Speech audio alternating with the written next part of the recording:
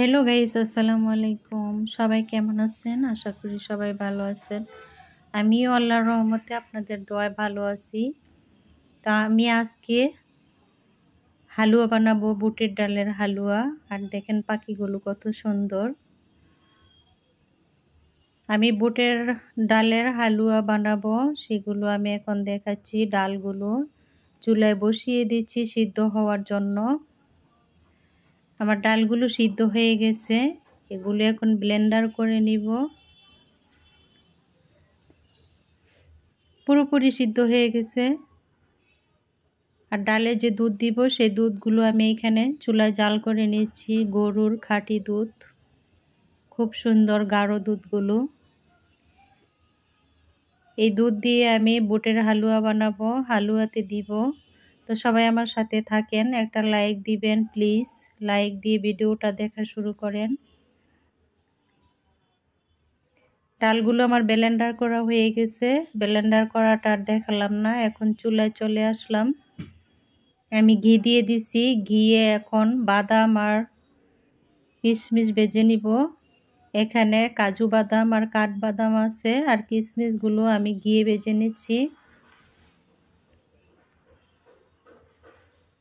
আমার কতগুলো ডাল ঘরে আছে, সেজন্য ডালগুলো কি করব ভাবলাম যে একটু হালুয়া বানাই, রুটি দিয়ে খাওয়া যাবে।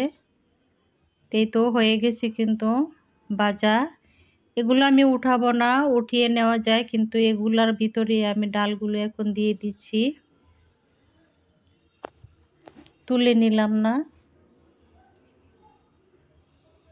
ব্লেন্ডার করা ডালগুলো দিয়ে দিলাম। বুটের ডালের হালুয়া সুন্দর একটা স্মেল বের হয়। তা আমি নাড়াচাড়া করতে করতে বাদাম, ঘি, তেজপাতা, মশলা সব কিছু, ডালের একটা ঘ্রাণ আসছে। তো ডালগুলো কিন্তু এখন ভাজা ভাজা করে নিতে হবে। তা আমি সেটাই করছি। স্বাদ মতো একটু লবণ দিয়ে দিলাম। মিষ্টি জিনিসে লবণ দিলে আরও বেশি স্বাদ হয়, টেস্টি হয়।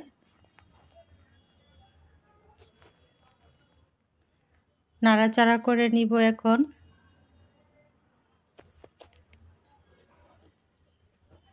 লবণটা মিশিয়ে নিচ্ছি ডালের সাথে।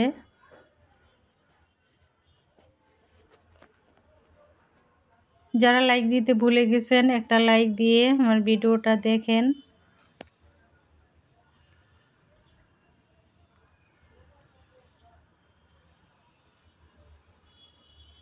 ভাজা হয়ে গেছে, এখন চিনি দিয়ে দিব। চিনি দিলে আবার পানি ছেড়ে দিবে। তো চিনিগুলো দিয়ে শুকাবো আরও। চিনিগুলো দিয়ে দিলাম। চিনি থেকে যে রস বের হবে সেটা শুকাতে হবে।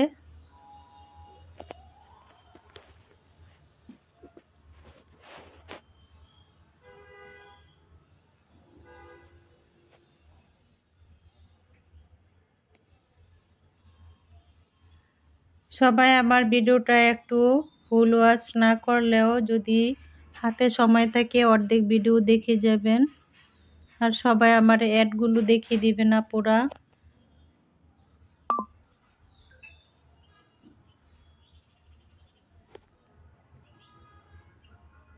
বুটের হালুয়া কিন্তু রুটি দিয়ে খেতে খুবই ভালো লাগে। আমরা যদি সকালে বিকালে নাস্তা খাই বুটের হালুয়া দিয়ে, তাহলে অনেক মজা। তো এখন আমি দুধ দিয়ে দিচ্ছি।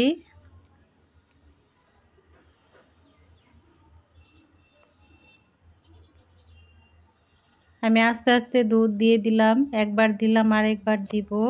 একেবারে দিব না, প্যানটা ছোট পড়ে যেতে পারে।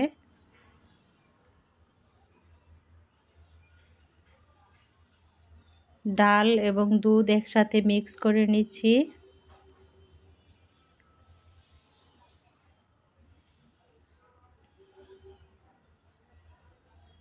তো এই তো আমি শুকিয়ে নিলাম। একটুও পানি নেই এবং দুধও নেই, আমি তো পানি দেই নাই। ডালগুলো শুকিয়ে গেছে।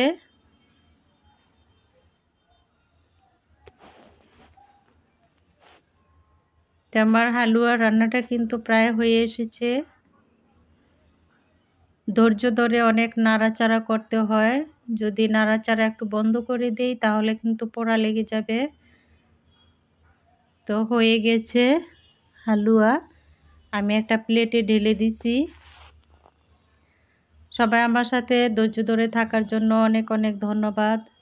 এ পর্যন্ত যারা আছেন সবাইকে ধন্যবাদ। আমি এই যে হালুয়াগুলো কেটে নিয়েছি, কেমন হয়েছে সবাই কমেন্টস করে জানাবেন। যে যেখান থেকে আমার ভিডিওটা দেখেছেন সবাইকে অনেক অনেক ধন্যবাদ।